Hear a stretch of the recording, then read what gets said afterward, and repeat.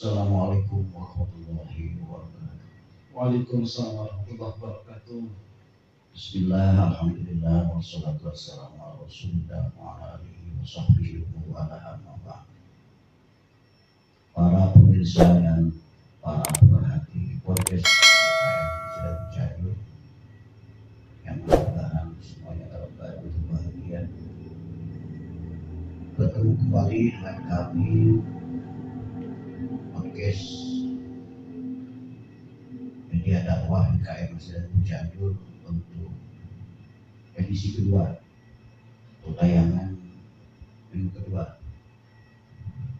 Pada tayangan edisi kemarin atau minggu kemarin kita mengangkat satu tema yang barangkali ini spesial untuk para tokoh, para elit agama berkenaan dengan sinergitas ulama dan umat.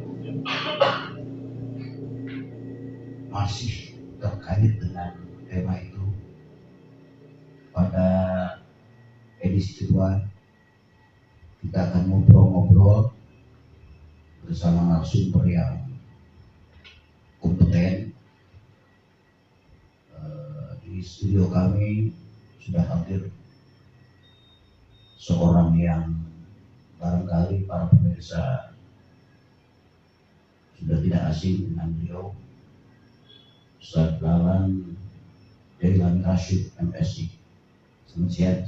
Selamat siang. Assalamualaikum warahmatullahi wabarakatuh. Pemirsa, alhamdulillah bisa ngobrol sekarang di studio. Ya baiklah, Ustaz, terima kasih sudah hadir di studio kami dengan maksud berbincang-bincang atau ngobrol-ngobrol tentang salah satu topik yang barangkali ini bisa bermanfaat untuk para pemirsa yang ada di luar sana, mengenai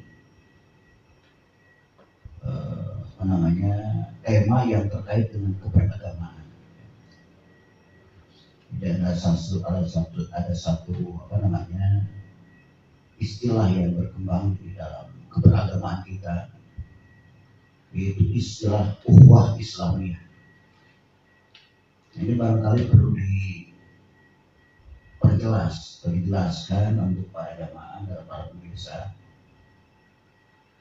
Kalau sampai pada hari ini ya, umat Islam masih terkesan tidak bersatu, ya, banyak paham gitu, banyak khilafiyah, dan khilafiyah ini juga menimbulkan persoalan di kalangan umat, terutama di garis bawah. Jangan-jangan ini karena pada umumnya saudara-saudara kita, termasuk juga kita, ini belum memahami konsep yang sesungguhnya tentang ukhuwah Islamiyah itu. Barangkali Ustaz bisa sedikit sharing ya, untuk para jamaah dan para pemirsa, wabil khusus untuk para pengurus PKM Sidat Cianjur, apa sesungguhnya dan bagaimana sesungguhnya esensi daripada ukhuwah Islamiyah itu. Silakan Ustaz. Baik, assalamualaikum warahmatullahi wabarakatuh. Seperti yang saya banggakan, alhamdulillah di tayangan untuk hari ini, pemirsa, berbicara tentang ukhuwah, dan tadi ada sedikit disinggung tentang masjid, ya. Sebetulnya kalau kita lihat dalam sejarah, bahkan fungsi masjid itulah sebetulnya untuk pemersatu umat, ya. Di mana muncul ada istilah ukhuwah itu sendiri, ya. Itu term yang memiliki makna. Ada yang diawalkan diartikan dengan perhatian ukhuwah itu, yang sekarang lebih merujuk pada istilahnya persatuan atau pertemanan atau kerjasama kesananya. Dan tadi ada istilah ukhuwah Islamiyah muncul, ini tentunya ada segi pembatasan gitu kan, dengan siapa persaudaraan itu. Iya. Tetapi kalau kita lihat dari berbagai ragam macam ahli, saya baca ternyata ukhuwah itu tidak seperti seperti Islam. kita lihat ada 3 jenis ukhuwah yang eh, perlu kita pahami, tapi tentunya saat ini kita akan bicara tentang ukhuwah Islamiyah. Ada pertama ada ukhuwah insaniyah, kan? Ada ukhuwah wataniyah, dan ada juga nanti ukhuwah Islamiyah yang akan kita kaji bersama saat ini, di mana ada persaudaraan sesama manusia. Islam itu tidak membatasi tentang bagaimana interaksi dengan sesama manusia. Bahkan jauh-jauh Allah ketika menciptakan manusia itu kan secara keseluruhan adalah dita'aruf untuk saling mengenal. Yang selanjutnya ada istilah mungkin regional, ukhuwah wataniyah. Ini bagaimana para pengisi atau hidup di bangsa ini, negeri ini, untuk menjadi persatuan, untuk persaudaraan yang hebat. Bahkan dulu Rasulullah itu telah terlebih dahulu memberikan contoh bagaimana ketika pasca hijrah, dalam arti sampailah di Yathrib yang sekarang jadi Madinatul Munawwarah, itu benar-benar terjadi. Walaupun tidak ada istilah kita dalam konteks satu negara seperti saat ini state, ya, di mana berdirinya satu negara, tetapi di sana sudah simbol-simbol negara di mana persatuannya itu benar-benar persaudaraan yang terjaga. Bahkan tidak ada lagi kedengkian, ya, yang terbangun. Bahkan di surat Al-Hasyr kalau tidak salah, doa yang harus kita senantiasa ungkapkan di hadapan Allah, kita minta pada Allah tentang kebersihan hati, di mana bukan sebatas kita bersih hati, tetapi bahkan mendoakan, memohonkan ampun bagi saudara-saudara kita juga. Saat itu berbicara tentang muhajir dan ansar. Tapi kalau berbicara sekarang konteks ukhuwahnya adalah terkait dengan ukhuwah Islam itu sendiri lebih mengerucut, ya. Mas ini pemirsa, kita lihat ya, sekarang tadi berbicara tentang masjid, apakah masjid sudah bisa menjadi pemersatu umat, di mana benar-benar rasa persaudaraan itu tidak tersekat dengan latar belakang, ya, perbedaan tadi khilafiyah dan sebagainya. Mungkin ada kadang-kadang ada perbedaan sudut pandang keormasan dan sebagainya. Bahkan Masjid Agung sendiri bisa menjawab, alhamdulillah, tidak ada batasan siapa di sini. Selama itu saudara kita, orang-orang beriman, satu agama, yang seorang muslim, silakan, gitu kan. Dan kita alhamdulillah untuk masjid itu walaupun ada simbol keormasan, tapi tidak menjadi milik ormas. Bahkan al-masjidu baitul kulli mu'min, gitu kan. Masjid adalah rumahnya setiap orang yang beriman. Nah, kembali lagi tadi, jadi kita ini rentan sebetulnya. Di latar belakangnya apa? Tadi mungkin sedikit singgung lemahnya pemahaman tentang ukhuwah itu sendiri. Kita sering mendengar ya, ikhwan, gitu kan. Yang kadang-kadang ya saya sedikit ini, ikhwan itu baru pun soal masuk, gitu kan. Ikhwan mana ya? Saja gitu lah. Sama organisasi ini apa? Orang sepanjang itu terasa ikhwan gitu kan. Pada sama-sama mungkin gitu kan. Ini menarik. Ini ukhuwah Islamiyah ya. Ini apakah term ukhuwah Islamiyah itu tidak kemudian bisa menimbulkan stigma gitu ya, atau bukan stigma, konflik di antara masyarakat pada umumnya gitu. Jadi ini kan seolah-olahnya primordial gitu ya, seolah-olahnya diskriminatif di ukhuwah Islamiyah itu. Iya. Kalau di mungkin paradigma atau sudut pandang ketika minimnya referensi atau knowledge, ya akan terjadi seperti itu. Padahal tidak hanya seperti itu.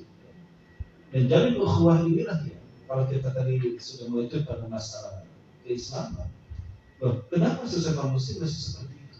Ya begini Ustaz, jadi implikasinya gitu ya, yang terjadi di tengah-tengah masyarakat dari ukhuwah Islamiyah itu nanti akan lahir ukhuwah jamiyah gitu ya, ukhuwah jamiyah, ukhuwah ijtimaiyah gitu. Organisasi ya, organisasi. Nanti kan menimbulkan persoalan gitu ya. Itu karena tadi berbicara ideologi kalau kita lihat. Maaf, ada satu kajian nih, saya kalau nggak salah di tahun 90-an itu kan, ketika terjadi ordonansi, pengelompokan tentang umat Islam itu. Ini mungkin cikal bakal seperti itu. Itu kalau saya di media Dewan Dakwah dulu itu ada disebut dengan Islam sosial, Islam nominal. Ini bisa kita perhitungkan. Yang kedua ada Islam ritual. Jadi tidak berbicara ormas tidak ini. Islam nominal, Islam ritual, Islam sosial, level, ada Islam mistikal bahkan ya. Dan susah Islam ideologi yang tadi itu tidak terasa tentang kedamaian atau organisasi. Berbicara Muslim benar-benar dirasakan sebagai saudara itu. Ya terkadang di kita seperti itu. Kelihatan seorang Muslim apabila di segi ritual, ya di masjid, di madrasah, di pondok pesantren, majelis taklim. Ya, tadi Ustaz menyampaikan ya, paling tidak ada 3 kategori ukhuwah kan. Ya. Ada ukhuwah insaniyah ya. Insaniyah itu Islamiyah dan watoniyah. Itu dari ketiga apa namanya katakanlah klasifikasi itu kira-kira yang lebih penting yang perlu dikembangkan di tengah-tengah masyarakat. Yang mana itu? Ya, semua penting. Tapi kalau bicara kita sebagai negara yang mayoritas umat Islam yang rentan, gitu kan? Tadi itu karena latar belakangnya dan pemahaman Islam sebatas ritual, kadang-kadang. Yang itu seperti itu.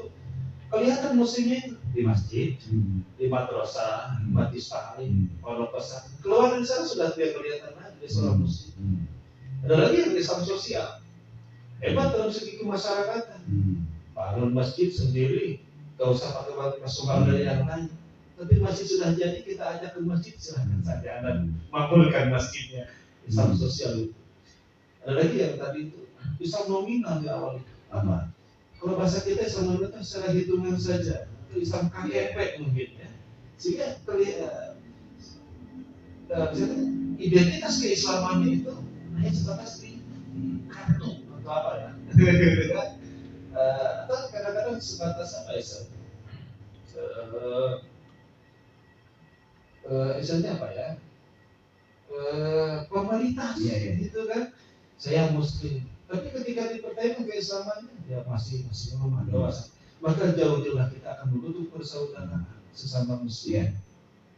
Nah, apabila sudah seperti tadi itu, kalau sudah ukhuwah Islamiyahnya terbentuk lebih baik, itu apalagi kita negara yang mayoritas umat Islam, ini tidak akan terjadi sebenarnya gesekan. Walaupun latar belakang perbedaan apapun, tapi kalau dia seorang muslim, dia benar-benar. Oke, Ustaz. Ini kan apa namanya hadis yang senantiasa dirujuk berkenaan dengan ukhuwah Islamiyah itu hadis tentang al-muslimuna kal jasadil wahid. Ada lagi kan kita saka mutun, itu saka sewa baik. Jadi muslim itu kaum muslimin itu ibarat satu tubuh. Kalau satu anggota tubuh sakit, maka sakitlah semua anggota tubuh. Nah ini implementasinya gimana gitu ya? Implementasi daripada hadis ini gimana? Apakah kita harus merasakan katakanlah misalnya kita sekarang menghadapi pilkada gitu ya? Ngomong ini kontekstual ya. Ini apakah seluruh umat Islam harus sama gitu kelihatannya? Itu kajian yang wahid itu gimana itu? Kalau sudah ke arah pilkada, kalau kita lihat calon semua muslim, kalau kita kalau itu kan kembali kepada masalah selera dan banyak pilihan. Tetapi jangan sampai tidak perlu kajian yang wahid. Bukan di konteks itu. Kalau hadis itu saya lebih lihat. Jadi kalau jasa diluwih di situ adalah tentang empati. Jadi kalau bahasa filosofi orang tua dulu itu ada bahasa ini. Kun kal yadain, wala takun kal uzunain. Ya kan? Dekat mana antara dua telinga dengan kedua tangan? Gitu kan? Tapi ternyata telinga itu tidak ada peduli walaupun dekat, tapi tangan walaupun jauh bisa saling membantu itu. Nah, di mana tangan yang luka, tangan kiri, tangan kanan. Tapi kalau telinga kiri yang luka, telinga kanan apa saja begitu. Jadi seperti dua tangan gitu kan. Itu dalam konteks empati. Ya. Jadi urusan politik tidak masuk ranah itu. Tidak, saya pikir tidak seperti itu. Kenapa? Itu setiap orang punya sudut pandang. Ya. Diberikan itu kan ada negara menjamin undang-undang. Apalagi kalau sudah PNS itu kan PNS terjun langsung jadi satu tim. Wah, ini kan sudah, jangan kan gitu. Undang-undang sudah mengatur kan tentang ASN. Tetapi kalau masalah tadi, bahkan ini jangan sampai karena pilkada merusak ukhuwah. Nah, itu yang diperhatikan itu kan. Kenapa? Nah, ini pesta saja, ya kan? Siapapun yang kemarin lah kita lihat bagaimana pilpres sudah mencairkan. Iya. Bahkan malu kita kan kalau misalkan ada orang yang terlalu mengidolakan seseorang, ternyata seseorang itu sudah lagi karena politik sudah berbeda. Jadi mungkin dalam konteks politik, khususnya dalam konteks pemilihan umum dan pilkada, mungkin yang lebih urgent itu bukan ukhuwah Islamiyah ya, tapi ukhuwah wataniyah. Persatuan bangsa di sana, persaudaraan sesama anak bangsa. Kenapa? Toh ya mereka punya visi misi sebagai nilai jual gitu ya. Adapun nanti jualannya laku atau tidak silakan. Orang sudah bilang wantun galuh tuatun lahir. Tidak ada black campaign, tidak ada begitu harusnya. Anda minat silakan beli, gak minat saya ambil kembalian gitu kalau pakai ada gitu kan. Tapi kembali lagi tadi ya tentang ukhuwah ini silakan. Ini yang terjadi di kita yang rentan itu sebetulnya belakang-belakangnya lemahnya wawasan. Nah ini menurut Ustaz sendiri itu fenomena yang terjadi di tengah masyarakat itu sudah terjadi ukhuwah Islamnya atau belum? Kalau kita lihat sekarang lagi berjalan dalam proses ya.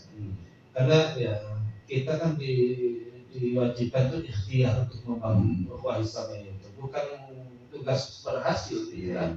Harus sukses tidak. Tapi kita prosesnya yang dihargai oleh Allah Subhanahu wa taala. Ya, kita lihat sekarang ya.